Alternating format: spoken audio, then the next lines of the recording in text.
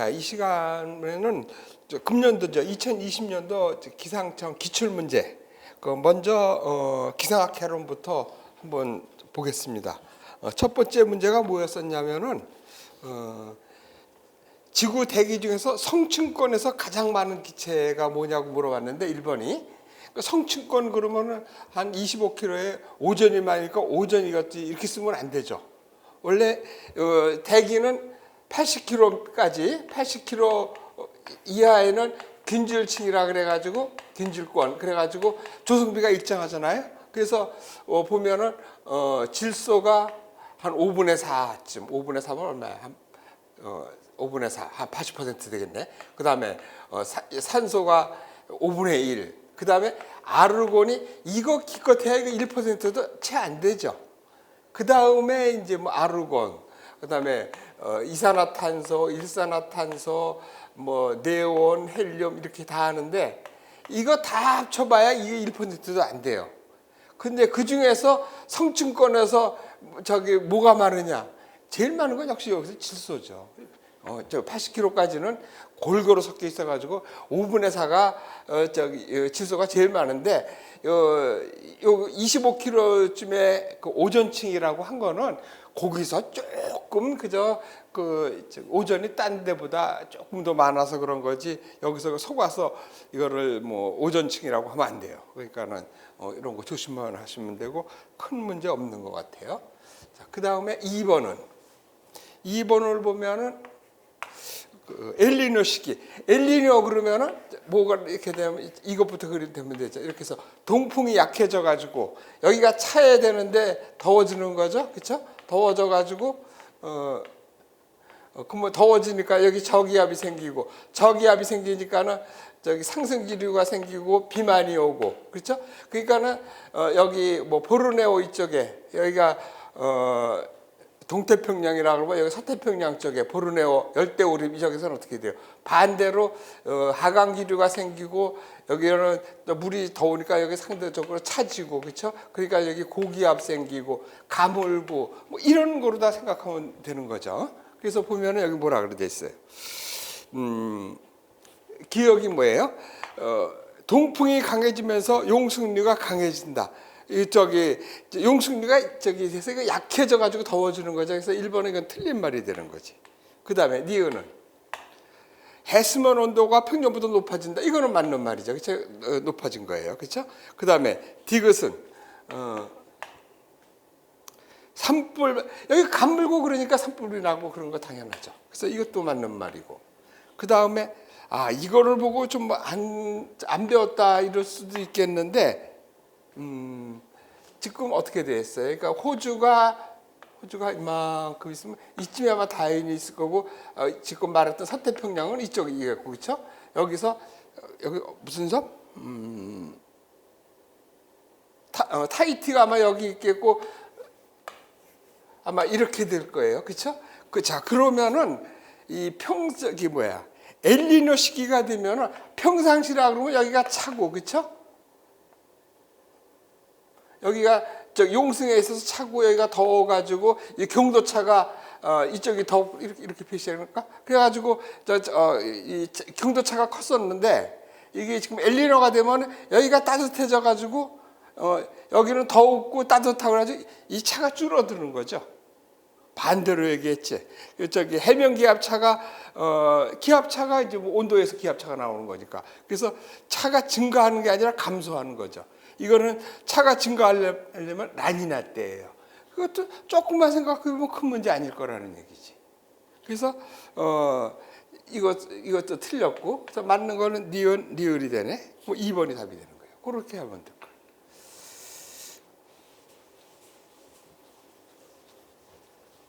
그 다음에 3번 문제를 보면 에어로졸에 관한 거네. 3번은 1번에서 뭐가 있냐면은 그 연소 과정에서 나온 그 카본 블랙. 이 카본 블랙이 별거 아니고 우리말로 뭐라 그러나 카본 블랙.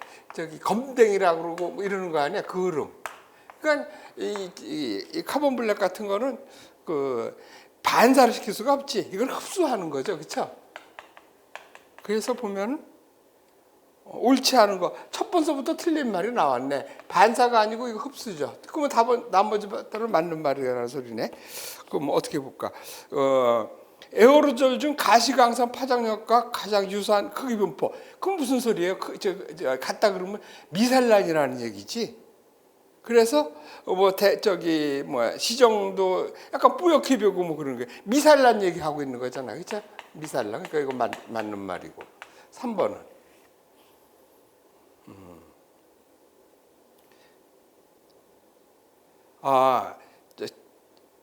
침적대 0.1에서 1mm 정도 요게 된다는 거 뭐냐면 이거 생각나는지 모르겠네.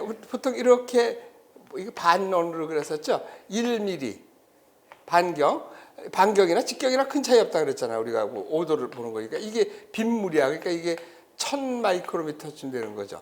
근데 구름 방울이 10 마이크론이라 그랬죠. 10 마이크론. 그리고 요거에 핵이 되는 것은 0.1에서 1 사이가 요 정도 되는 거죠. 이런 것들이 은결핵으로 잘 작용하는 거예요. 그래서 이렇게 되잖아요. 크기가. 그러니까 여기 구름 입자가 100만 개가 모여서 빗방울 하나 되고 또 구름 입자가 되려면 은결핵이 요게 딱 요게 적당한 크기예요. 그래서 여기 보면은 얘네들이 잘 침적되지 않고, 그러니까 무거우면 깔아앉고 되는데 이거는 요 정도면 잘 부유하고 그래서 은결핵으로 잘 작용한다 이런 뜻이에요. 그러니까 그것도 맞는 말이고. 4번은 4번은 근데 이걸 오버시딩이라는 말이에요. 이거 오버시딩이라는 말 들어보셨어요? 오버시딩은 뭐냐면은 여기 지금 수증기가 이렇게 과포화 상태로 이렇게 수증기가 많이 있는데 이때 은결핵이 들어가면 특히 흡수성이 좋은 이 소금 입자 같은 게 소금 입자가 들어가면은 은결핵으로 소금 입자가 들어가면 얘 수증기를 딱 끌어모아서 얘가 참 커져가지고 되는 것이 충돌병합 과정에서 용질 효과가 되는 건데 이때 은결핵을 필요 이상으로 다 막 집어넣으면 얘들이 과당 경쟁이 벌어지는 거야. 서로 그냥 이걸 뭐라 그러나 과당 경쟁이 입자들이 많은데 수증기들이 적은 거 상대적으로 적은 거 아니에요. 그래가지고 빗방울로 성장을 못해요. 그래서 이런 방법이 안개 소산 또는 좀 위험하기는 하지만은 태풍 위로 가가지고 바다에 있을 때 그때 막 다량으로 이렇게 은결핵을 집어넣으면은 이렇게 과당 경쟁이 벌어져가지고 큰 거로 빗방울이 웜 클라우드에서 비가 오려면 큰 물방울이 생겨야지 작은 물방울을 포획해서 되는 거 아니에요. 근데 여기다 오버시딩을 시키면 큰 물방울이 안 생긴다는 거예요. 고만고만한 놈이 생겨가지고 충돌병합 과정이 안 돼가지고 이렇게 안개 소산이라든지 태풍을 약화시키고 이런 데 쓰는 거예요. 이걸 오버시딩이라 그래요. 오버시딩. 그래서 그런 거 맞는 얘기예요. 그래서 에어로졸 하는 거 이것도 강의 시간에 한 번씩은 이렇게 다 했던 얘기들이에요. 기억 나시는지 모르겠는데 다시 한번 보시면 될 것 같아요. 그렇게 했고 그 다음에는 4번 청천난류는 4번은 청천난류 같은 거 제트가 돼서 청천난류가 나고 그 다음에 레이드 할 때도 그런 거 있었잖아요. 맑은 하늘에서 비행기가 옛날에 프로펠러 비행기가 우리나라 태백산 넘어갈 때 뚝 떨어지기도 하고 뭐 이런 것들이 떨어지는 게 있으면 이렇게 올라가는 것도 상대적으로 있고 그런 거거든요. 그런 것이 청천난류예요. 날씨는 맑은데 상승 기류가 생기고 막 그러는 거 이런 것들이 이 제트 기류 주위에서 생기기도 하고 그 다음에는 이 산이 이렇게 있으면 이 기류가 이렇게 지나가면은 이 산을 뚫고 갈 수 없으니까 올라갔다가 어떻게 돼요? 여기서 중력 진동을 해서 이런 데서 올라갈 때 이런 데서 이 청천난류가 생기기도 해요. 그래서 그런 것들 또 강한 윈드 시어가 있는 지역 다 맞는 말이네. 이걸 산악파라 그래요. 이게 중력 진동하는 거거든요. 중력 진동. 산악파라 그러는 거예요. 그 제트 기류가 있는 데서 그 생기는 거고 윈드쇼가 강한 데 있는 거. 이렇게 해서 이거 답은 4번 다 맞는 거로 고르시면 되겠네요. 그래서 그렇게 고르시면 되고. 어때까지 다 뭐 어려운 문제 없이 무난한 것 같아요. 그다음에 5번을 보면은 경적풍 방정식을 주고서는 관성풍에 대해서 얘기하려 했어요. 관성풍이라는 건 뭐냐면 기하 등도가 없는 거죠. 약한 거예요. 기하 등도가 약해가지고 전향력. 얘가 전향력이 뭐가 되는 거냐면은 구심가속도가 되는 거예요. 구심가속도가 돼가지고 구심력이 돼가지고 원심력하고 원심력 R분의 V 자승하고 얘가 같아져가지고 그 원운동을 하는 거 이런 거거든요. 그러니까는 얘는 기하 등도가 없다. 그러니까 이런 것이 중위도 종관계에서 잘 안 생기는 거죠. 중위도 종관계에서는 잘 안 생기는데 바닷물 같은 거에서는 가능하다 그랬잖아요. 해류 같은 거는 이렇게 관성 흐름 같은 것이 생길 수가 있어요. 그래서 여기서 보면은 관성풍이 그럼 어떻게 되겠어요? 위에 나와 있는 것 중에서 R분의 V 자승 원심력이고 얘하고 뭐가 같은 거예요? FV가 같은 거니까. 그래서 이렇게 해서 하면은 여기에 이 F가 여기서 나오잖아. 이거 F가 뭐예요? 2 오메가 사인 파이에서 여기 위도의 함수가 이렇게 되는 거예요. 그래서 관성풍의 관성원 주기를 구하라. 주기를 구하려면 어떻게 돼? 주기 P는 뭐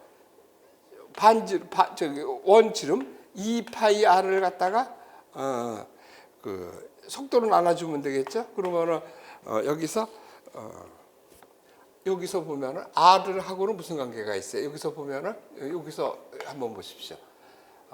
R분의 V 하나 나눠주고 V가 이렇게 되겠고, 그렇죠? V는 여기 넘어서게 마이너스가 붙어야 되겠네. 이렇게 되고, 그래서 여기가 F가 되겠고, 그러면 R은 뭐가 돼요? R은 마이너스 F분의 V. 요거를 여기다 집어넣으면 되죠. F분의 V 대신에 R 대신에 이걸 집어넣으면 어떻게 돼요? 여기서 마이너스가 나오겠고, V가 나오겠고, 2파이가 나오겠고, 여기다가 요거 들어가서 V 나오고 F. 그러면 VV 없어져 가지고 얘가 어떻게 돼? F분의 2파이가 되고, 그렇죠? 2파이. 이렇게 주기가 이렇게 나오는 거예요. 그래서 여기 주기가 여기에 파이가 들어간다는 요거 뭐죠? 요거 위도의 함수가 들어가는 거고. 그 다음에 관성의 곡률 반지름은 여기서 나왔네. 이렇게 해서 마이너스 F분의 V. 그래서 됐고. 그래서 1번은 위도의 함수 맞고, 두 번째 곡률 반지름은 요거 맞고, 3번 관성풍은 중위도 댁에서 쉽게 발생 안 되죠. 왜? 이 지구 중위도 지방에서의 기하 등도력이 전향력하고 크기가 비슷하잖아. 전향력 FV 속력만 있으면은 전향력은 제로가 아니죠. 그러면 전향력하고 기하 등도력이 크기가 비슷하니까 기하 등도력이 웬만해서는 중위도 종관계에서 0이 안 나온다는 소리야. 그 적도 지방 같은 데 가면은 굉장히 약해질 수는 있죠. 그래서 이 관성풍이 실제 바람으로는 잘 안 나타나고 그 해류의 흐름 같은 거 이런 것들은 나타날 수 있다고 해서 했던 거예요. 그래서 중위도 댁에서 쉽게 발생할 수 있다. 이 말이 틀린 말이에요. 좀 난잡하다. 그렇죠? 그래서 1번, 2번은 맞는 말이고 3번이 좀 틀렸고 4번은. 그렇죠. 관성풍은 코리올이 힘과 원심력 사이. 그러니까 코리올이 힘이 아니라 전향력이죠. 코리올이 힘이라고 그러면 되죠. 그 전향력이 됐으니까 F에다 V를 곱한 것이 요거죠. 그러니까 여기 코리올이 팩터에다가 V를 곱하면 이게 90 전향력이죠. 이게 전향력하고 원심력하고 균형을 이루는 거예요. 원심력. 그래서 원심력 사이의 균형을 이룬다. 맞는 말이에요. 그래서 그렇게 하면 답이 3번이 틀려. 이것도 뭐 많이 했던 거고 당연히 알아야 되는 문제라서 이것도 그렇게 어려운 문제는 아니었던 것 같아요.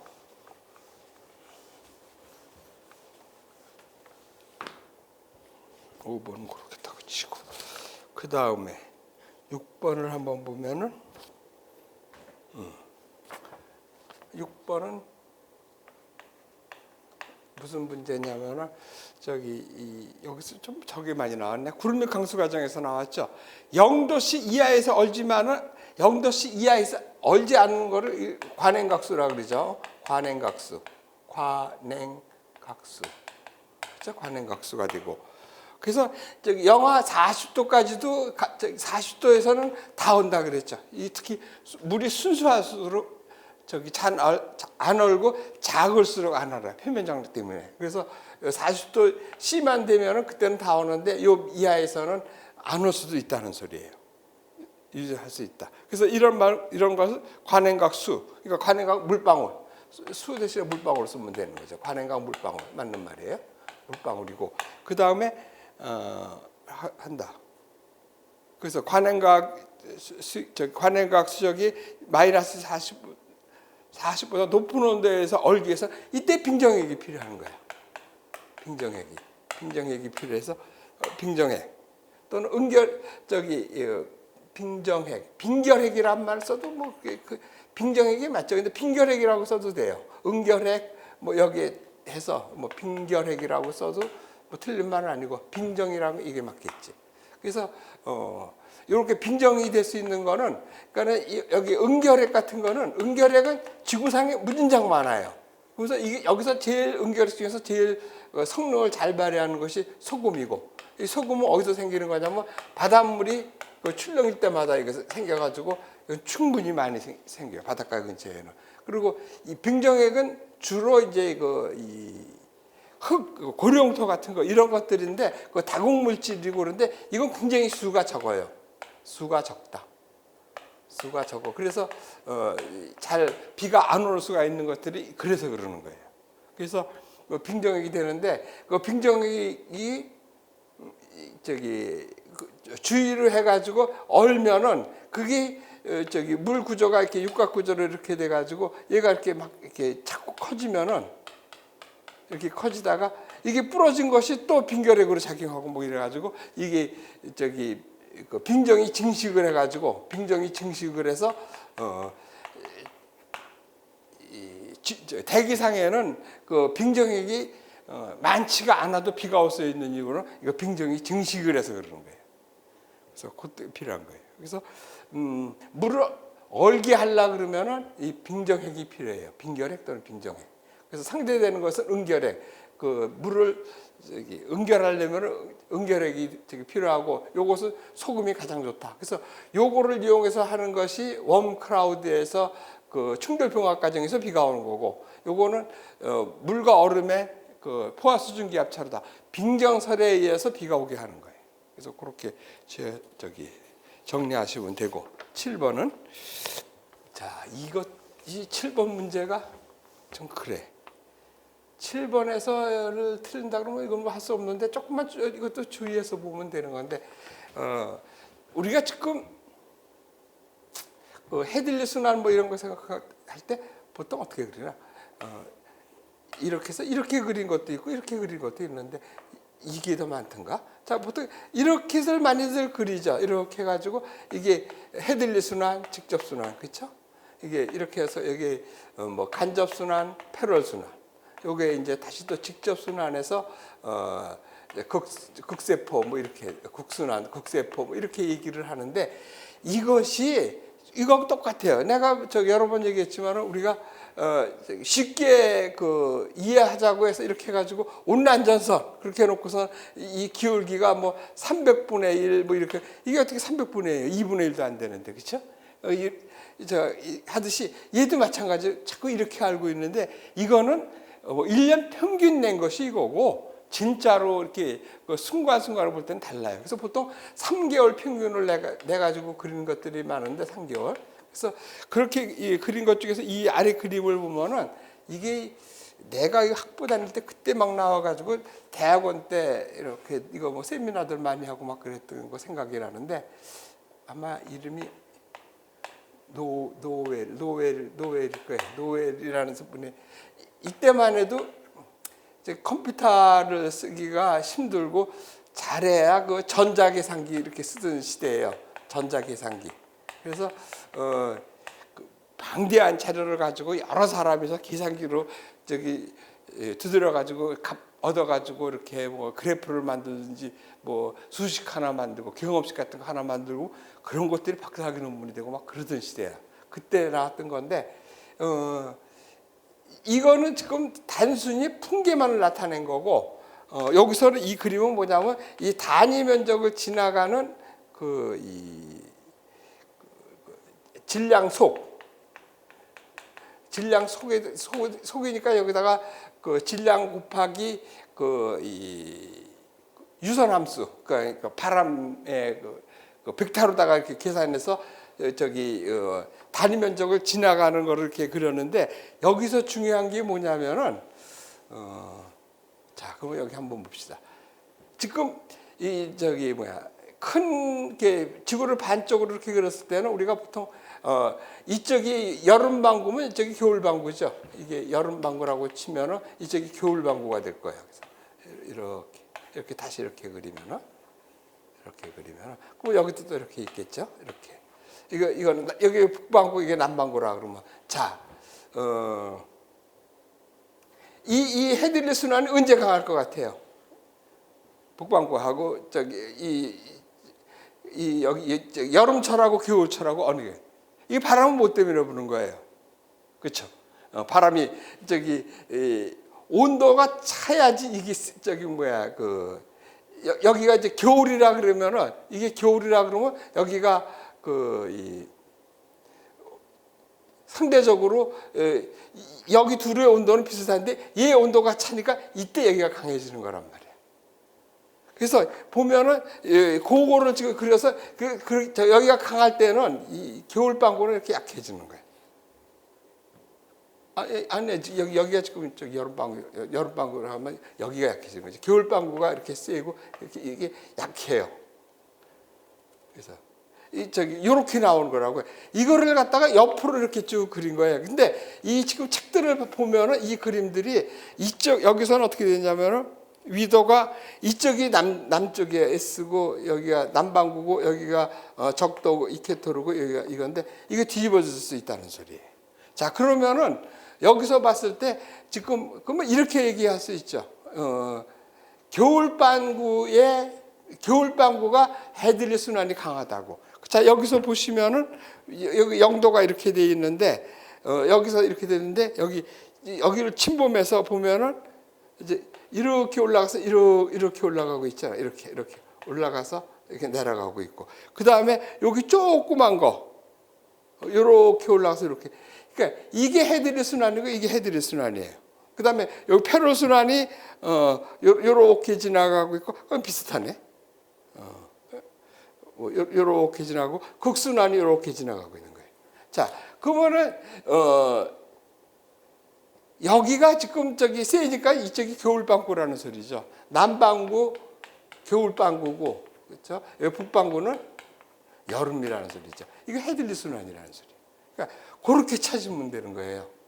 그러니까 요거는 이제 그러면 이게 지금 북방구 여름이고 남방구 여름 북방구 겨울이라 그러면 어떻게 되냐면은 그때는 이렇게 중심에서 여기가 강해. 이게 이렇게 강하고 여기가 요 순환이 이렇게 약해지고 그다음에 요 순환이 이렇게 되고 뭐 이런 스타일로 나타나. 여기서 이제 이게 헤들리 순환 이렇게 페로 순환 이렇게 해서 그러면 여기가 겨울방구죠. 겨울방구가 여기 헤들리 순환이 탁월한 거예요. 겨울방구. 그럼 여기가 북방구죠. 여기가 N이 되고 S가 되고. 그러고서 이제 아까 요런 모양에서 이렇게 나오고 이거는 연중값이고 또 봄 가을이라고 할 수도 있지. 그러면 그때는 이제 이렇게 돼서 가운데로 이렇게 보면 둘이 이렇게 비슷한 거예요. 이렇게 해서 이렇게 올라가고 이렇게 내려가고. 그렇죠? 내려가고. 헤들리 순환이 크기가 비슷하고 그다음에 이렇게 돼서 페럴 순환이 이렇게 있고 또 극순환이 이렇게 내려가고 올라가고 그렇죠? 올라가고 뭐 이런 식으로 돼서 요거는 저기 연중이라고 할 수도 있고 연중이라고 할 수도 있고 아니면은 이게 3개월씩 나눠 가지고 보통 요것이 여름은 JJ 그러니까 6월, 7월, 8월 이렇게 놓고 여기는 12월, 1월, 2월 요거는 이제 3월, 4월, 5월 그다음에는 여기서 9월, 10월, 11월 이렇게 해가지고 모양이 비슷해요. 근데 연평균 내서 다 이 모양이야. 그래서 그거를 생각하시면 되고 자 여기서 찾을 때는 뭐예요? 이거를 생각하면 되잖아요. 얘가 지금 여기는 항상 해가 비치니까 온도가 거진 비슷해요. 근데 여기가 차단 말이에요. 찬데 겨울철이라 그러면 이 온도 차가 크니까 이때 바람이 세다니까 겨울방구 쪽에 헤들리 순환이 강하다 이거를 아시면 돼요. 그래서 우리가 지금 이렇게 일반적으로 똑같이 이렇게 크게 이렇게 그린 거를 연평균 값이야. 평균값. 연평균. 그러니까 얘도 이렇게 겨울방구가 이렇게 크게 나타나고 여름방구도 이렇게 작게 나타나는 거를 안 그리고 그걸 갖다가 이렇게 그래프를 그리면은 이런 식으로 나타난다. 그래서 이거 찾는 방법은 헤드리 순환이 탁월한 쪽은 겨울방구 쪽이다 이렇게 생각하시면 되고 책에 따라서 이게 뒤집어진 것도 있어요. 여기가 북쪽을 쓰고 여기다 남극을 쓰고 여기가 북극을 쓰기도 하고 반대로 여기다 북극을 쓰고 남극을 표시한 것도 있지만 그거에 상관없죠. 그리고 여기는 보통 뭐 고도를 쓰기도 하고 고도로 해서 킬로미터로 표시하기도 하고 기압으로 표시할 수도 있고 그다음에 여기는 위도고 이런 그림을 그렸어요. 이게 누가 그렸냐면 노웨이라는 사람이 아마 1972년이나 이쯤 됐을 논문일 거예요. 그래서 7번 같은 거는 이거를 짧은 시간에 생각하기는 힘들었을 것 같아요. 한번 들어보지 않았으면. 혹시 모르니까 이 비슷한 문제가 한 2년 전인가 한번 나왔는데 그때 이거 좀 설명을 제대로 안 해줬어. 이거 비슷하게 한번 나온 적이 있었어요. 그것도 7번 문제 그런 식으로 보면 되겠고 그 다음에 8번은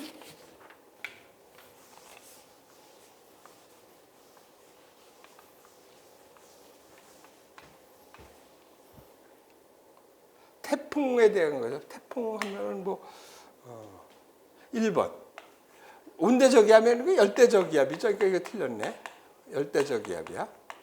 열대저기압이 특징이 그래서 기압경들이 강해가지고 동그랗게 되고 온대저기압은 파동에 의해서 한대전선에서 그 두 기단이 만났을 때 파동이 생겨가지고 생기는 거고 얘는 강한 일사에서 그 수증기가 증발하면서 생긴 거고 그래요. 그러니까 이거는 주로 해변 바다에서 생기고 온대저기압은 대륙에서 생긴다고 보면 되겠죠. 그래서 이건 틀린 거고 그 다음에 2번. 그래서 옳은 거를 고르는 거래. 2번은 지구 자전 전혀 효과가 없는 적도에서 쉽게 적도에서 발생 안 하죠. 그러니까 5도에서 5도 사이, 뭐 남이 5도, 북이 5도, 요 사이에서는 전향력이 없어서 초기에 회전을 못 줘가지고 안 생겨요. 전향력이 없어서. 그래서 여기 안 생겨요. 5도에서 그러니까 여기가 이케토르라 하면 여기 5도 사이에서는 태풍이 안 생기는 거예요. 그렇게 돼 있고. 그 다음에 3번은 일반적으로 수백 킬로는 맞죠. 수백 킬로니까는 보통 태풍의 크기를 그냥 평균 잡으면 한 500킬로로 잡는데 500킬로면 이거는 종강 규모가 아니죠. 이거는 중소 규모죠. 중소 규모. 근데 여기서 뭐라 그랬어요? 수평가는 대규모게 틀렸어요. 종간 규모다 그래서 대규모래. 종간은 한 1000km 잡는 거고. 그렇죠? 그래서 이 말이 틀린 말이에요. 4번은. 일반적으로 최대 풍속 맞죠? 최대 풍속. 옛날에는 그 중심 기압 갖고 따졌었는데 이게 바뀌었죠. 그래서 어떻게 잡는 거냐면은 태풍이 다시 한번 저기 해서 태풍이 갈수록 바람이 세지죠. 그래서 이가 15m/s가 나오는 데가 어디냐 해가지고 이 반경을 가지고서는 따지고 그 크기를 따지고 그렇죠? 강도, 크기, 강도 이렇게 따지고 또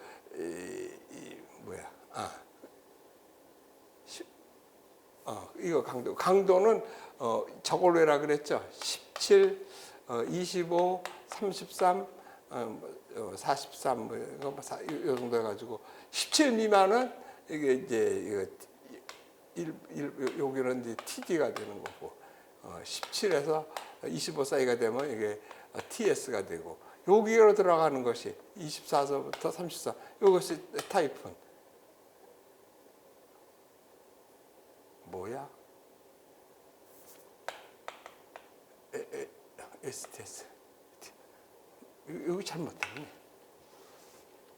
17m가 넘으면은 요게 이제 TD고 그렇죠? 여기서부터 TS 여기 TD고 요것이 TS고 여기 STS고 33 이상에서 43까지는 이거를 TY라 그러고 이거 이상을 이제 우리가 슈퍼 태풍 뭐 초대형 태풍 이렇게 얘기하죠. 그래서 요 17, 25, 34 요거로 해라 그랬죠. 그래서 저기 이 중심 부근에 15m 저기 중심 부근에서 저기 최대풍이 나오는 그 값을 가지고 강도를 구분하고 크기는 저기 이 15m 반경이 15m/s가 나오는 반경 요 길이를 갖고 요것을 300, 500, 800으로 해가지고 300 미만은 소형, 300에서 500 사이는 중형, 500에서 800은 대형. 이건 슈퍼 태풍 이런 식으로 가는 거지. 책 한번 보시고. 그러니까 초창기 때는 중심 부근 저기 기압 갖고 했었는데 지금은 그게 바뀌어가지고 중심 부근에 최대 풍속 갖고 하는 거예요. 그래서 요것만 외두면 돼. 그래서 8번 같은 거 그렇게 해서 풀면 될 것 같아요. 다음에 9번은 에어로졸 농도를 증가시키고 뭐 이렇게 되는 것은 지구 대기가 지표면 대기가 있을 때 얘가 대기가 불안정해가지고 이렇게 쉽게 섞이면은 그래서 상층이 차고 여기가 덥다든지 뭐 이래서 쉽게 섞이면은 이 농도가 약해지는 거야. 근데 여기 역전층이 확 낀다든지 뭐 이래가지고 안정층이 되면은 얘가 확산이 되지 않아 가지고 저기 그 농도가 높아지는 거예요. 그래서 보면은 농도를 증가시키는 것. 그걸 보면 대기가 안정하면은 확산이 안 되니까는 이거 증가가 되는 거예요. 그렇죠? 기호가 증가되는 거고. 니은은 풍속이 약하면은 얘도 증가되는 거예요. 저기 윈드시어가 강하고 그러면 얘가 이렇게 해서 이렇게 돌아가지고 이게 풍속을 이렇게 윈드시어에서 확산이 되는데 약하면은 안 생기죠. 그래서 얘도 저기 약하면 증가시키는 거예요. 그 다음에 지표면 그래서 약전층이 생기면 그러면은 여기가 확산이 안 돼서 여기에 농도가 짙어지는 거예요. 그래서 막고. 그 다음에 대기 혼합이 강하면 약해지는 거죠. 이건 틀린 말이지. 그래서 답은 이 셋이 다 포함된 거. 3번이 답이 되겠네. 그래서 그렇게 해보면 되겠고. 10번 문제를 한번 봅시다.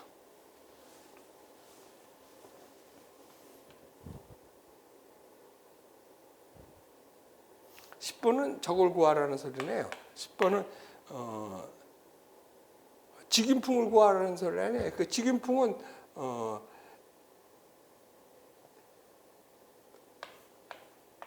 이해하고 FV 얘가 같아지는 거 아니에요. 그래서 FV에 넣고 이코로 얘는 어떻게 돼요? 마이너스 로분의 1 라운드 P분의 라운드 N이잖아요. 그러면 얘는 VG 이렇게 놓고 쓰면 되죠. 그러면 얘는 뭐 마이너스는 뭐 우리가 방향을 알잖아요. 저기 왼쪽에 저기압을 두고 불어가니까 이건 방향성 문제니까 이건 필요가 없고 로 F분의 1 라운드 P분의 라운드 N 쓰면 되겠네. 그렇죠? 근데 여기서 뭐 주어진 게 뭐예요?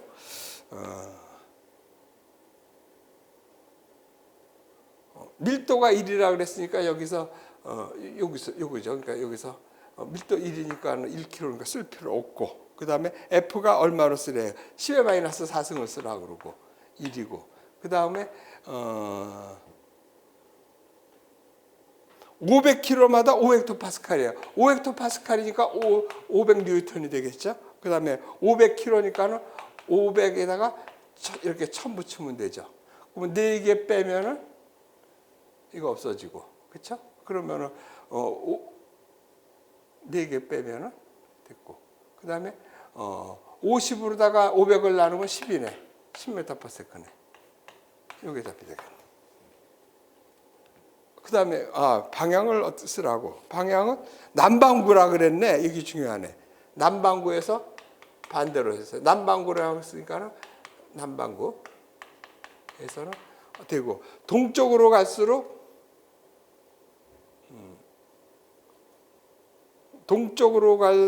기압이 낮아지고 있죠. 그럼 여기가 저기압이네. 그러면은 저기 북반구 같으면은 이렇게 불었을 텐데 남반구니까는 이렇게 불어야 된다는 소리죠. 반대로 되니까. 그럼 이거 남풍이 되네. 그래서 답은 남풍 10m/s. 그러니까 여기서 1번하고 3번하고 해서 3번을 남반구라는 거를 안 읽었다가는 3번 찍을 수가 없겠네. 실수할 수가 있다는 소리야. 그러니까 실수하지 마시고 그렇게 하면 되겠네. 그렇죠? 그래서 기껏 계산 다 해놓고 저기 남반구라는 거 몰라가지고 반대로 쓰면 답이 틀리는 거예요. 11번은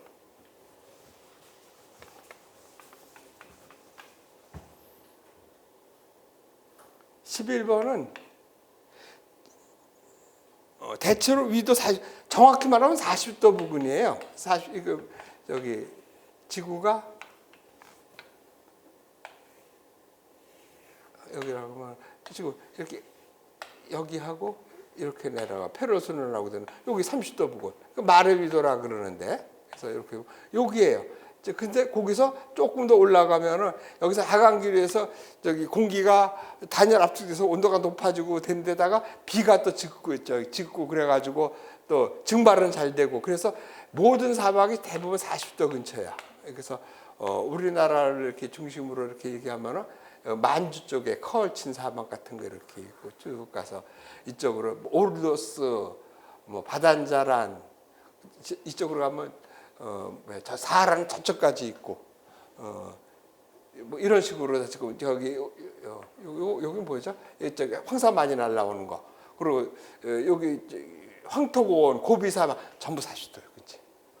그렇게 얘기하면 알고 있으면 돼요. 타클라마칸, 사하라 그러면 여기 타클라마칸 전부 40도, 위도 40도 부근대예요. 그래서 보면은 1번 하층에서 편서풍하고 이렇게 되면 이렇게 가려면 되죠. 이렇게 되면 여기가 무역풍이고 편서풍은 이렇게 돼요. 근데 여기서 수렴하지 않고 여기서 이렇게 해서 발산하고 있는 데죠. 이거 말이 안 되죠. 이거 발산이 수렴이 아니고 발산하고 있죠. 그래서 아니죠. 그래서 하강기류가 생기는 거지. 그러니까 이거 틀렸고 2번은 아열대 고압의 하강기류 이게 답이 되는 거죠. 3번은 한대전선과 연관된 여기서 지금 얘하고 연관돼서 이렇게 해서 온다는 소리예요. 한대전선과 연관된 하강기류가 이거 말이 안 되지. 여기서는 이렇게 돼서 저기 하강기류가 아니라 60도 근처에서는 반대로 이렇게 올라가 가지고 그래서 여기 적도라 그러면 여기를 마르 위도라 그러고 요거 60을 뭐 으르렁대는 위도라 그러지. 여기 날씨가 나빠요. 날씨가 나쁘다. 상승기류에 의해서. 그러니까 여기서 저기 한대전선과 연관된 상승기류 때문에 되는 건 60도 부근이야. 이거 말도 안 되게 이렇게 쓴 거예요. 그다음에 4번은 열대 수렴대는 그건 열대 수렴대는 여기죠. 여기서 이렇게 돼 가지고 저기 북동부여포하고 남동부여포에서 올라가는 거죠. 그럼 여기도 상승기류니까 비가 오는 데지. 그러니까 이것도 4번도 틀린 말이에요. 요거 2번 하나 맞네.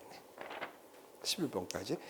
문제가 뭐 그렇게 다 이렇게 그렇게 어려운 게 없고 대부분 평이하다고 볼 수 있겠네요.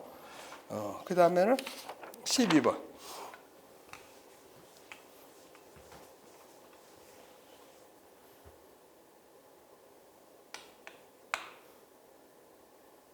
위성에서 운전고도를 아는 방법은 운전고도. 구름이 이렇게 있으면은 여기서 얘가 이 구름도 온도를 가지고 있으니까 복사 방출을 하는 거예요. 복사 방출.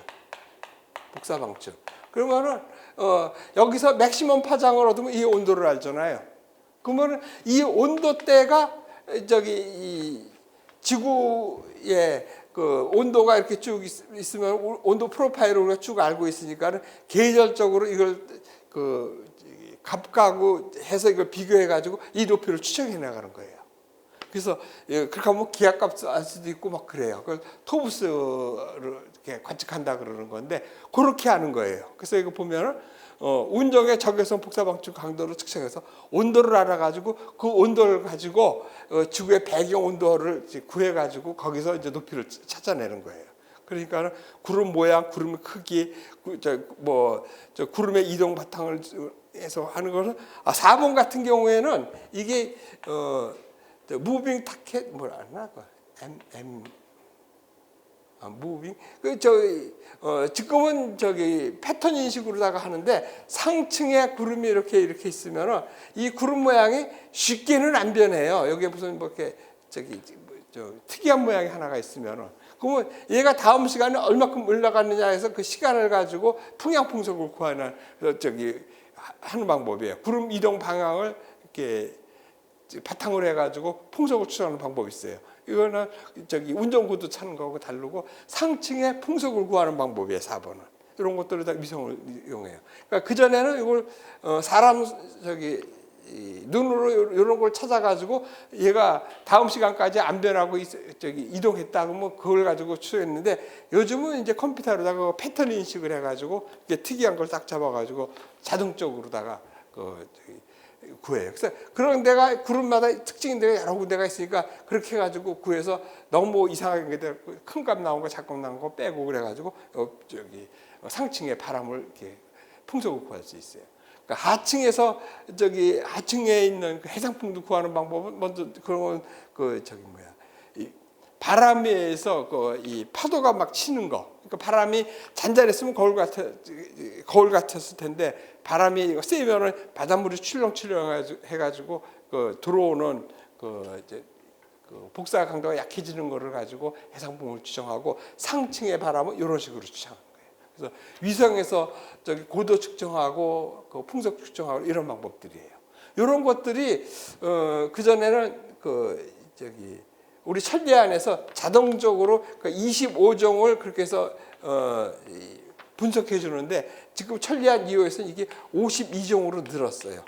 그래서 별게 다 나와요. 그래서 구하는 방법들이 그 중에 하나예요. 그래서 이거 보면 운전고도 이렇게 구하는 거는 가장 초보적인 거라서 초창기 때 의성 자료 분석할 때부터 썼던 거예요. 그래서 구름 상단에서 방출하는 복사의 맥시멈 파장을 추적해서 온도를 추정하는 겁니다. 그래서 그 온도를 가지고 높이를 추정하는 방법이에요. 그래서 그렇게 알면 되고, 그 다음에 13번은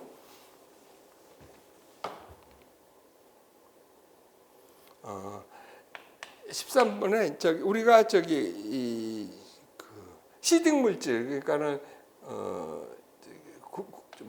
이걸 구름씨라 그러든가 뭐 이렇게 얘기하죠. 구름씨, 시딩 물질. 얘를 뭐로 많이 쓰냐면은 우선 이 시딩 물질, 시딩 물질이 되려면은 첫 번째가 이 응결핵으로 잘 작용을 해야 된다는 소리. 그러니까는 놓는데 작용을 안 하면 안 되잖아요. 그런데 AGI 같은 거는 얘가 육각 구조를 이렇게 갖추고 있어가지고 이 관행각 수적에 얘가 이렇게 딱 들어가면은 이게 얼음이 들어가는 줄 얘가 착각해 줘 얼은 거예요. 그래서 그렇게 첫 번째가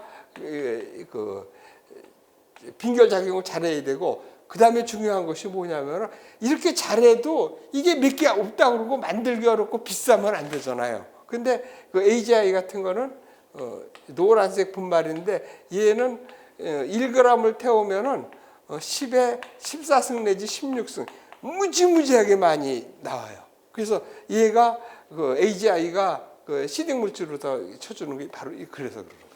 그래서 여기서 보면은 소금 같은 거는 응결을 하는 거고, 그 염화칼슘 같은 거 3번 같은 거는 가능하지만 이런 데서는 이게 안 된다는 소리예요. 그래서 저기 4번도 이거 아마 저기 응결액 쪽으로 쓸 거예요. 빙정으로 쓰는 거는 저기 AGI라고 보면 돼요. 그래서 지금은 저기 뭐 당연히 이에 대체 물질이 없어요. 그래서 빙정설에 의한 그 중위도 지방에서의 그 시딩 물질은 AGI라고 보시면 됩니다. 그래서 왜 그러냐면은 AGI의 그 구조가 육각 구조, 물하고 비슷한 육각 구조를 가지고 있어가지고 쉽게 저기 빙결액으로 작용을 하고, 그 다음에 싼 값에 많은 양을 확보할 수 있어요. 그래서 1g만 태워도 여기 10의 14승 내지 16승계가 무지무지하게 많이 나올 수 있어서 요도화를 쓰는 거예요. 그 다음에 14번은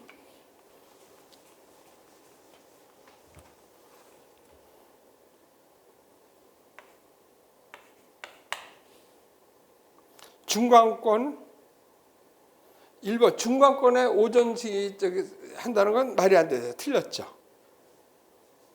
그러니까 1번은 틀렸어요. 그러니까 저기 오전층은 저기 성층권에 있어요. 그러니까 성층권에서 틀렸고, 니은 10권에서는 피부로 느껴지지 않는다. 이건 뭐냐면은 우리가 지금 보통 이렇게 그리죠. 중간권이고, 그래서 여기가 10권인데 10권에는 여기가 이게 거진 진공에 가까워요. 이 진공에. 그래서 이 분자의 개수가 너무 적어가지고 부피가 늘어나면 온도가 떨어지잖아요. 그래서 여기가 좀 천도라고 하는 것은 얘가 1기압을 갖췄을 때 천도라는 소리야. 그러니까는 거기에 손을 내려도 저기 피부가 이렇게 내도 이 분자들이 나를 때려줘가지고 내가 온도를 느끼는 건데 가물에 콩나듯이 때린다는 소리야. 그러니까 온도를 못 느끼죠. 그러니까 여기 있는 공기를 1기압으로 이렇게 내리면 저기 천도가 된다는 뜻이에요. 그래서 이거는 맞는 말이에요. 저기 뜨겁게 느껴지잖아요. 그래서 얘가 1기압이 돼가지고 내가 이렇게 됐을 때 그때 분자들을 때려가지고 열을 느끼는 거, 그걸 갖다가 LTE라 그러죠. 로컬 열적 평형. 그러니까 국지 열적 평형 상태가 이루어져야 된다는 소리야. 그래야 우리가 압력을 느끼고 온도를 느끼는 거지. 여기처럼 기압이 굉장히 낮아가지고 거진 진공 상태가 되면은 이 내 피부를 뭐 가물에 콩나듯이 한 번씩 때려줘가지고는 저기 내가 온도를 못 느끼고, 오히려 여기서는 굉장히 온도가 저기 굉장히 차게 느껴지는 거죠. 얼고 그래요. 저기 그래서 그 헨리 해성 같은 거 이런 것들은 다 그 저기 암모니아 이런 것들이 얼어가지고 얼은 상태로 되어 있는 거예요. 우주에서는. 그래서 그렇게 됐고, 디귿은 일반적으로 중위도에서 중간경계면하고 이게 지금 대리공계면이고, 그렇죠? 여기가 성층권이고 중간층, 이게 중간경계면이죠. 이게 더 차죠. 그러면 어떻게 차다 그랬어? 중간경계면의 평균은 낮다. 맞는 말이네요. 그렇죠? 그다음에 리을은 성층권은 고도가 증가하면 따라 온도가 증가하죠. 그렇죠? 성층권에서는 고도가 증가하면 온도가 증가하고 있잖아요. 그래서 저기 안정도가 크죠. 그래서 밑은 차고 위가 따뜻하니까 안정한 거죠. 그래서 성층권이라는 말이 붙은 거예요. 그래서 틀린 거는 기억 하나밖에 없네. 그래서 답은 1번이 되겠네. 15번.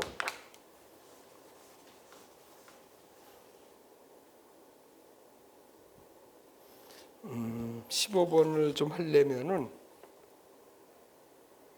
이거 저기 대충 리드라 그랬잖아요. 대충값. 그래서 보통 이렇게 있으면 저 포화 물하고 저기 물 또는 얼음의 얼음인데 여기서 얼음 필요 없고 물만 합시다. 그래서 이렇게 저기 물에 대한 그 포화 수증기압을 이쪽에다가 수증기 압으로 표시할 수도 있고 혼합비로다 포화 혼합비로도 표시할 수 있어요. 근데 만약 0도라 그러면 여기가 6.11이 되는 거고, 근데 이거를 저기 E로 표시하지 말고 혼합비 W를 해서 저기 이 그램으로다가 그램 퍼 킬로그램으로 이렇게 표시하면은 여기가 10도일 때 대충 여기가 한 10g 정도 되고 30도일 때 약 30g 나온다 그랬잖아요. 그다음에 한 0도쯤 되면은 한 2g이나 되려나? 0도쯤이면은 그렇게 될 거예요. 그래서 여기서 보면은 뭐냐면은 기온이 10도, 0도면 한 5g 정도 되겠구나. 저기 0도고 여기가 마이너스 10도가 되면 그게 한 2g쯤 돼. 5g, 2g. 그렇죠? 그래서 이렇게 되거든요. 여기가 마이너스 10도. 그램.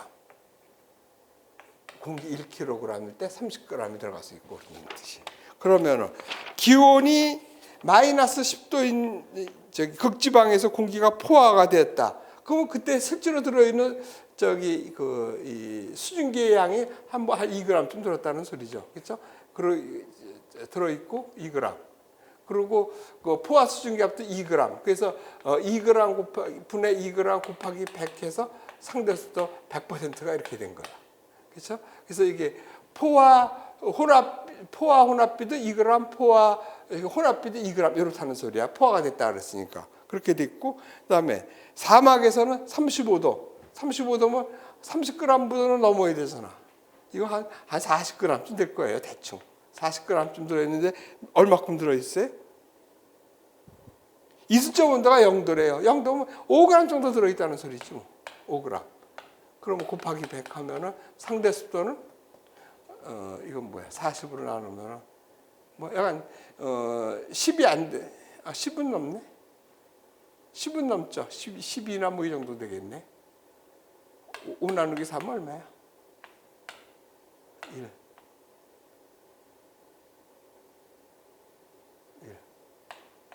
10. 12.5, 12% 뭐 이렇게 되겠구만. 그렇게 나올 거예요. 그래서 이때 비교하면 극지방에 비해서 사막은 얼마예요? 수증기량은 5g이니까 많죠. 그렇죠? 저기 수증기량은 많고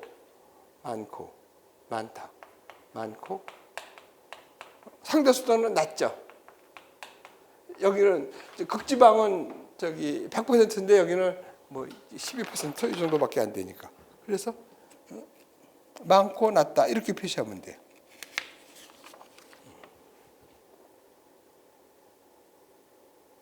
그렇죠. 그렇게 해서 대충 이 값을 우리가 이거는 대충만 알아도 돼요. 그렇죠? 그래서 내려갈수록 짙다는 것만 알면은 이거는 풀 수가 있죠. 이거 5g, 2g은 뭐 큰 의미가 없는 거죠. 이거는 실제에 가까운 거라서 이런 값들을 대충 알고 있으면 이런 문제 풀 때 쉽게 풀 수 있다는 뜻이라서 이런 것들은 좀 외작을 했죠.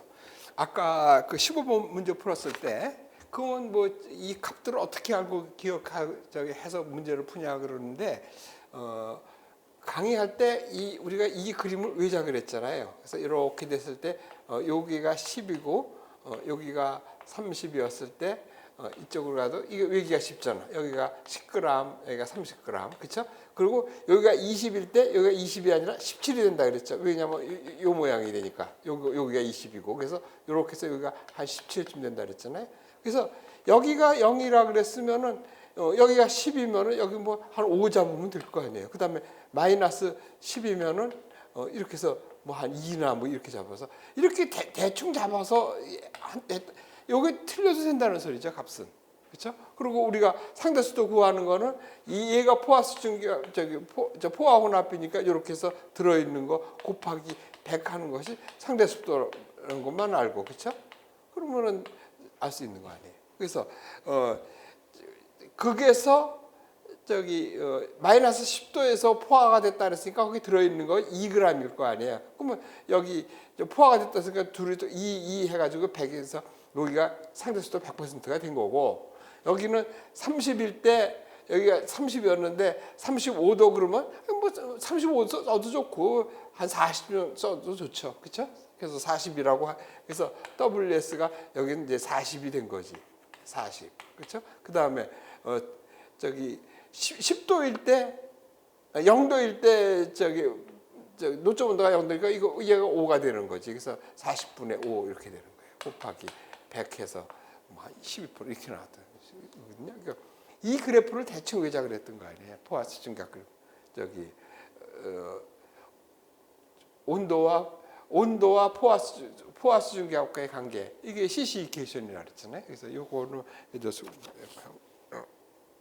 외서 문제 풀면 된다는 소리예요. 그래서 이것을 알면은 문제를 쉽게 풀 수가 있고 빠른 시간 안에 풀 수 있는 것이고, 이걸 아니면은 문제 풀기가 시간이 오래 걸리는 거라 했었죠.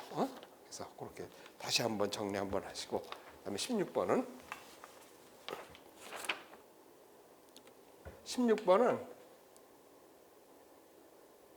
밝은 띠, 브라이트 밴드에 대해서 얘기했는데, 밝은 띠는 왜 생긴 거냐면은 여기에 레이더 관측소가 여기 이렇게 있다고 쳤을 때 뭐 그럴 리는 없지만은 이건 실제로 이거 나타나기가 굉장히 어려워요.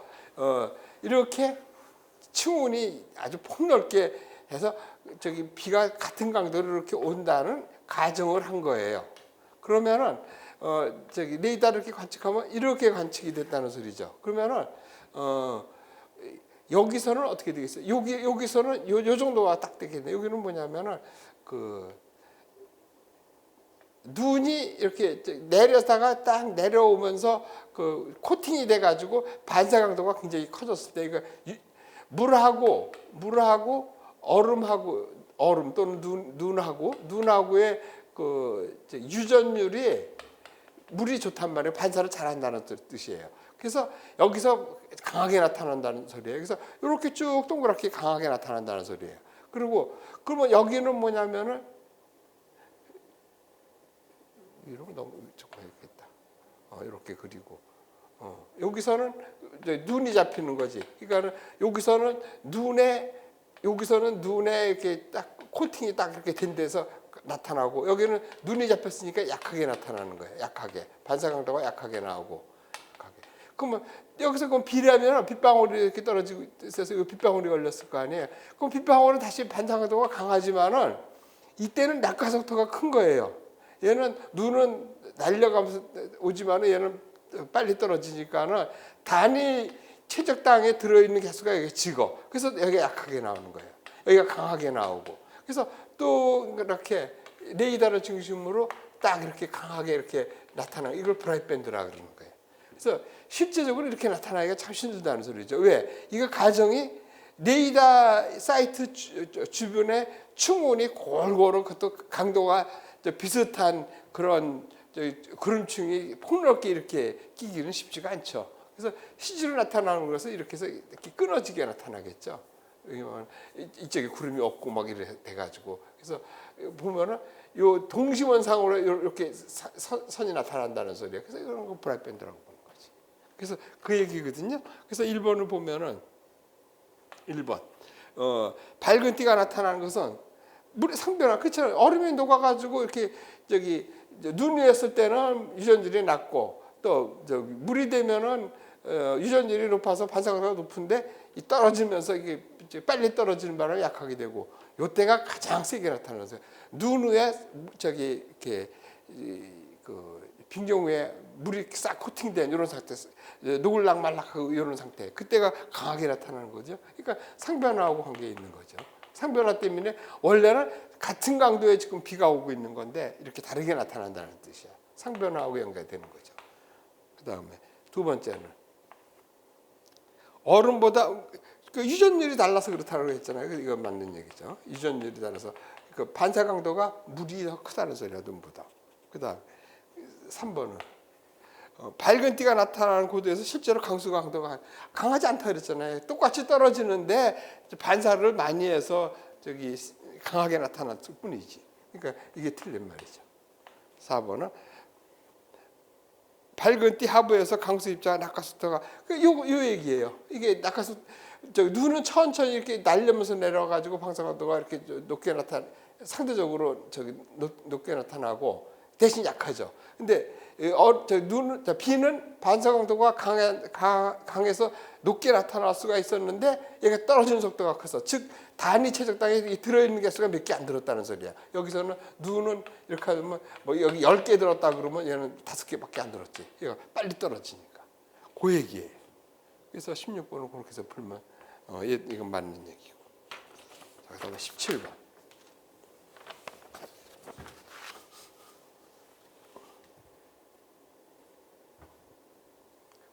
17번은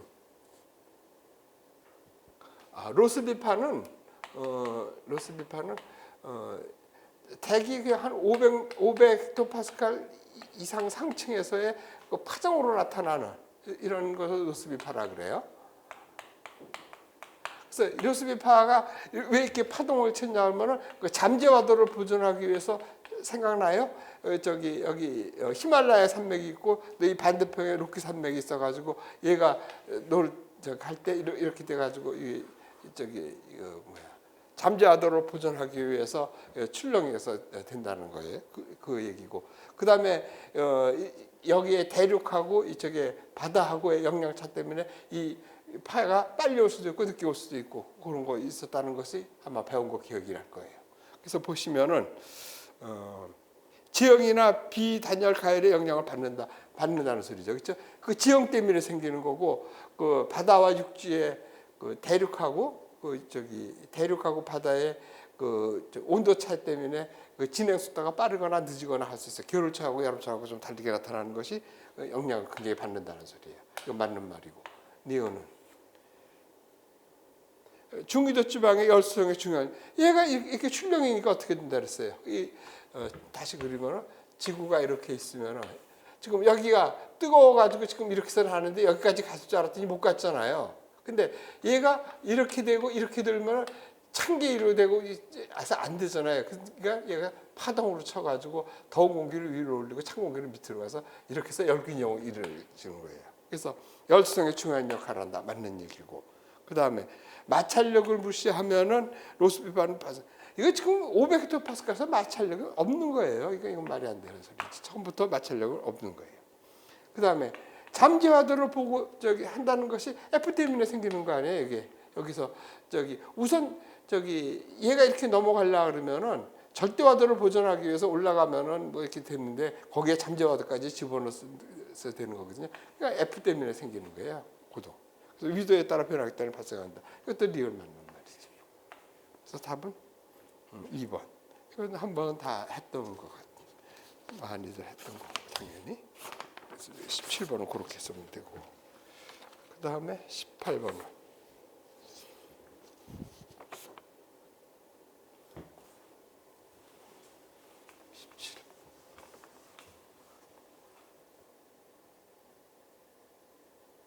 18번은 프랭크 법칙에 따르면 복사조사는, 그렇죠. 프랭크 법칙은 이건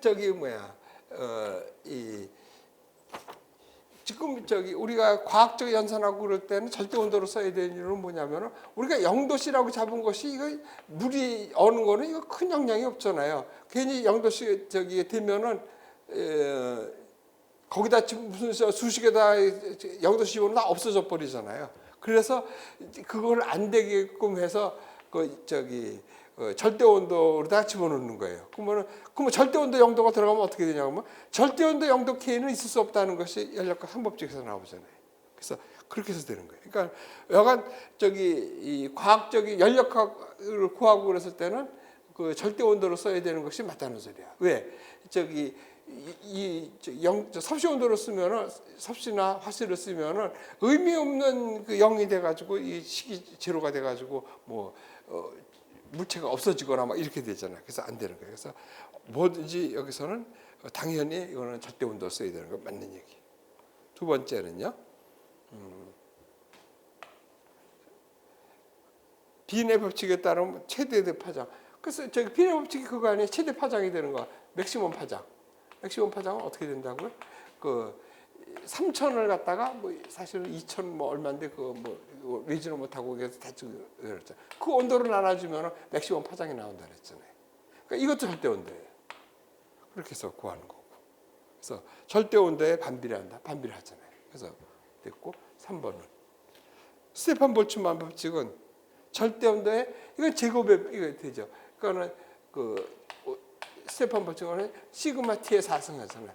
절대 저기 뭐야 온도 절대 온도에 4승에 비례하는 거예요. 이것도 맞고 4번은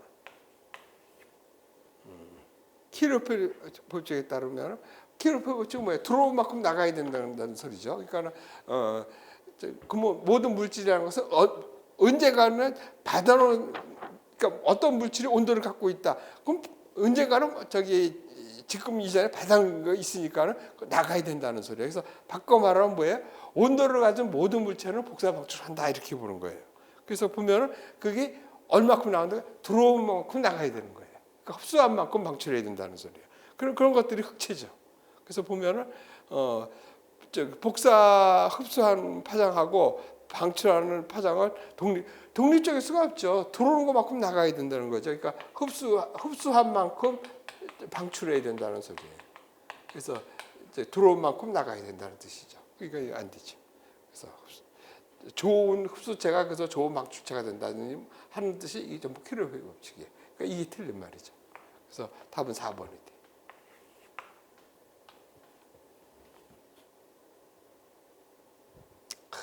19번이 그러네. 19번이 이거를 구하기가 사실은 좀 그래. 그래서 이게 뭐냐면 19번은 우리가 H라고 이렇게 해가지고 보통 지구대기에서는 이거를 스케일 하이트라 해가지고 등원대기라고 가정했을 때 지금 대기가 실제 대기가 한 8km쯤 되고 뭐 그 안에서 나오는 거예요. 그래서 이 고도하고 B를 보는 건데 그래서 뭐냐면은 어떤 고도가 이렇게 있으면 이거 대기압이라고 그러고 그때 고도 높이를 알 수 있다는 뜻이에요. 그래서 얘는 2에 마이너스 H 이런 관계가 있거든요. 그래서 만약에 여기서 지금 스케일 하이트를 얼마로 준 거냐면은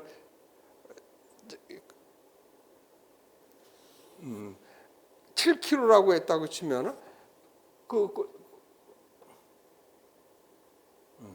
그래서 만약 그 7km가 0이 되는 거더라고 뭐 이게 0이면은 2에 마이너스 0이 돼 가지고 이게 같아지는 거죠. 그래서 그 B를 구하는 거니까 바꿔 말하면 어떻게 돼요? 얘는 이렇게 해서 P 제로분의 P 이렇게 하면은 얘는 2에 마이너스 이렇게 되는 거죠. 근데 여기서 지금 주어진 값이 얼마야? 이게 7kg라고 주어졌죠. 7kg. 그 다음에 요것이 얼마야? 1000이고, 그렇죠? 얘가 지금 저기 10 헥토파스칼이 됐을 때 고도를 구하라는 거 아니에요? 그러면은 1000분의 그러니까 이게 100분의 1이 되겠네. 100분의 1은 2에 마이너스 이게 7이 되고 이게 지금 Z가 이렇게 된다는 소리 아니에요? 그러면 어떻게 돼요? 그러면은 요거를 이렇게 쓸 수 있죠. 이걸 ln을 붙이면은 밑이 여기가 되고, 그렇죠?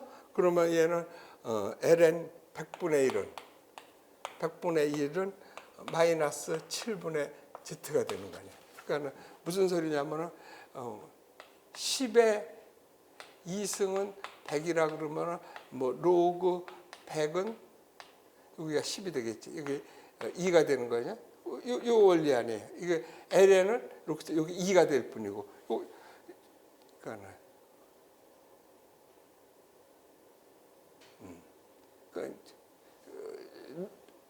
미스를 2로 이렇게 바꾸 ln 2로 바꾸면은 얘가 여기로 들어오고 얘가 이쪽으로 나가면 되잖아요. 그래서 이렇게 됐고, 그러면 얘는 어떻게 돼? ln은 얘는 100분의 1이면은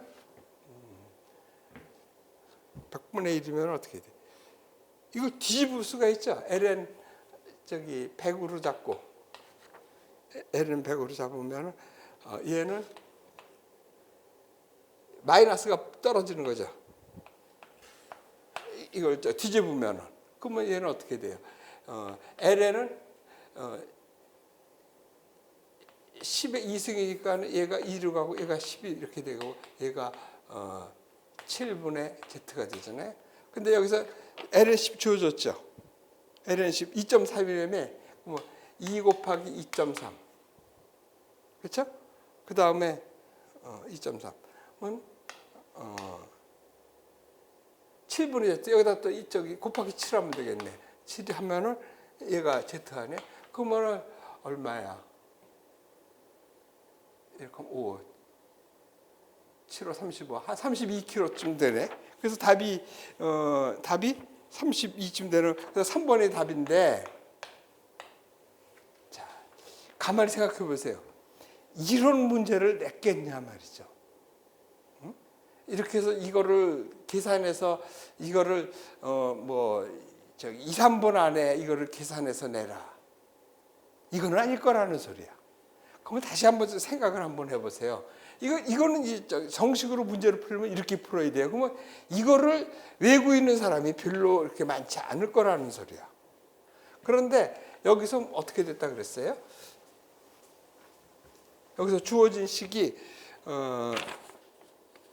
여기 있네.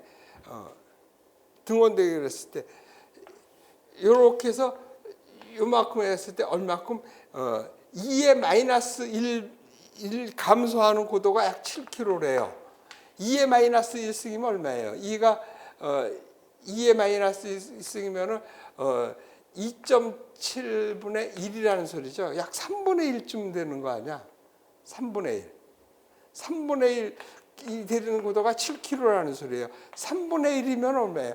여기가 지금 1000헥토파스칼이니까 그렇죠? 1000헥토파스칼이 3분의 1이면 한 300 헥토파스칼. 그럼 7kg 이거 됐잖아요. 7kg. 이건 7kg 이거는 정상적인 지금 우리가 대기라는 걸 알 수가 있단 말이에요. 그러고 나서는 몇 년 전이야? 그거 한번 나왔었죠. 한번 생각해 보세요. 이거 한 12년, 13년 요때쯤 한번 13년 요때쯤 한번 나왔. 우리가 보통 그 기출문제 다 풀어보잖아요. 한번 풀어봤을 거라고. 어떻게 문제가 어떻게 나왔어요? 얘가 0이고 여기가 16 이렇게 했을 때 32 그래서 32에다 16 더하면 얼마야? 48 이렇게 됐을 때 여기까지가 얼마예요? 90%가 여기에 지금 다 있다 그랬잖아요. 여기는 얼마야? 99%가 있다 그랬잖아. 99%. 그리고 여기는 99.99%가 있다는 소리죠. 그러면은 지금 이렇게 됐을 때 10%로 준다 그랬을 때 여기 1000헥토파스칼이고 여기 10헥토파스칼이 되는데 그러면 얼마야? 얘가 지금 10%고 여기가 1% 아니에요. 1%. 1%면 여기가 10헥토파스칼이잖아. 여기가 10%면은 여기가 100헥토파스칼이고 여기가 10헥토파스칼이잖아. 32kg 그냥 나오잖아. 그렇죠? 이거를 계산하라고 문제 내지는 않았을 거라는 소리야. 물론 그 계산해서 풀어도 좋겠지만은 우리가 이거는 지금 교재에도 나와 있고 이거 어디 나와 있잖아 보통 16kg가 되면은 지상에서 16kg 안에 대기의 90%가 있고 거기서 또 그만큼 올라가서 32kg가 되면은 99%가 있다 그랬잖아요. 99%면은 여기가 10% 된다는 소리 아니에요. 그러니까 1%. 그러니까 1000의 1%면 10헥토파스칼 아니야. 여기고 그리고 100헥토파스칼일 때 16kg가 되고 맞잖아요, 대충. 그러니까 이거는 한번 시험에 나왔어서 우리가 알고 있었잖아요. 이렇게 해서 문제를 쉽게 풀어야지 그거를 계산해서 푼다? 아닌 것 같다는 소리지. 물론 계산해서 풀면 답이야 맞죠. 그렇지만은 그거를 외우는 사람이 있겠냔 말이야. 그래서 이 문제는 좀 이렇게 해서 이건 다 나왔던 문제고 이런 거 이 그래프들이 교재에도 다 나오고 있잖아. 그리고 이 값은 또 어떻게 보면 또 우리가 알아야 돼. 1000헥토파스칼 100헥토파스칼이 16kg, 90kg, 10헥토파스칼이 99%, 32kg 이 정도는 외고 있어야 되는 거 아니야? 그럼 대충 알고. 그래서 이런 값들을 그래프나 이런 것들을 많이 알고 외고 있으면 문제가 쉽게 풀어진다는 소리. 그래서 이런 거는 그렇게 풀어야 되지 않겠나 이런 생각이 들어요. 그래서 19번을 이거를 문제로 이제 굳이 계산하려면 시간이 많이 걸리고 쉽지 않았을 거라는 소리죠. 그렇게 해서 풀면 되고. 20번 한번 봅시다. 20번은 뭐냐면은 이것도 많이 했었죠. 세차 운동에서 받겠다. 우리가 이것도 그림으로 외자 그랬잖아. 이렇게 해서 이렇게 되고 여기에 있고 지구가 어떻게 돼? 이렇게 있다 그랬잖아요. 그래서 여기가 24시간 받아가지고 여기가 여름이 되고 여기는 북극은 24시간 낮이고 이렇게 되는 거 아니에요. 근데 얘가 이렇게 됐다고 이렇게 가정한 거죠. 그러면 어떻게 되겠어요? 지금은 원일점이 북극으로 우리가 북반구로 쳤을 때 원일점이 북반구에서는 여름이었었는데 근일점이 여름 되면 가까운 데다가 이게 되면 더 더워지는 거죠. 여기는 반대로 이제 이렇게 됐으면은 여기가 지금 겨울이 되잖아요. 그러면 더 추워지고 격차가 커지는 거지. 그렇죠? 그래서 보면은 여름 평균 기온이 낮아진다. 이거는 맞죠. 아니 여름 평균 기온이 지금 높아지긴다는 소리잖아요. 그래서 연교차가 커지는 거지. 그리고 원일점이 여름이 된다. 북반구에서 원일점이 되면 지금 원일점이 지금이 여름이라는 소리예요. 그때는 이제 근일점이 여름이 된다는 소리지. 얘가 바뀌면은. 그래가지고 얘가 이렇게 해서 여기를 가리키는 게 이게 북극성이라고. 근데 지금은 이 북극성이 아니라 이쪽에 있는 뭐가 걸리겠죠. 그래서 이건 뭐야? 북극의 위치별이 달라지는 거지. 그래서 이것을 그림은 이것도 그림으로 외자 그랬잖아요. 그림으로 해보면 이거 다 문제가 풀리는 문제지. 그렇죠? 그래서 이거 그릴 때 항상 이렇게 그리고 지구가 이렇게 돌아가지고 이게 도는 방향이 이게 플러스 방향이라고 그러고 지금 여기가 근일점이고 여기가 원일점일 때 이렇게 가지고 우리가 지금 북반구에서 여름이었다는 소리야. 그래서 이렇게 그리고 이렇게 그리자고 했었잖아요. 근데 얘가 이렇게 되면 어떻게 된다고? 반대로 이렇게 되면 원일점이 겨울이 되고 근일점이 여름이 되고 그러면 여름철 온도는 더 올라가고 겨울철 온도는 더 찾아가지고 교차가 커지는 거지. 그 얘기예요. 그래서 그렇게 풀면 될 것 같아. 그래서 보면은 이런 거 풀면은 시간도 그렇게 걸리지 않고 했을 것 같고, 근데 처음부터 하기엔 좀 무리라고 보고, 그리고 어때까지보다는 오히려 좀 약간 좀 쉽지 않았나 이런 생각이 드네요. 문제가 좀 풀기에 아까 이거 그리라는 거 그거는 별로 못 봤으니까 이거 못 보겠다고 이런 소리 할 수가 있으니까 그런 거는 어쩔 수가 없고, 그래서 그렇게 어려운 문제는 아니었던 것 같아요. 그래서 일단은 이렇게 해서 문제를 풀어봤는데 이런 걸 봤으면은 역시 준비하는 거는 그래프 같은 거, 수식 같은 거, 웬만한 것들을 외우고 그러면은 빠른 시간 안에 골라서 문제를 정답을 찾는 것도 중요하지만 빨리 찾는 게 더 중요하다 그랬잖아요. 우리가 좀 시간이 없잖아. 특히 뭐 영어, 국어 이런 것들은 지문이 엄청 길고 그러는데 그때 시간 다 뺏기면 안 된다는 소리야. 그래서 특히 최소한 우리 기상학에서는 좀 빠른 시간 안에 지문 탁탁 찝어가지고 문제 푸는 방법도 얘기했었잖아요. 수식을 다 놓고 푸는 게 아니라 그냥 개수 갖고 풀고 뭐 이래가지고 빨리 푸는 방법 이런 것들을 하면은 문제가 그렇게 어려웠던 것 같지는 않아요. 여기까지 하고 다음 시간에 일기 분석 보겠습니다.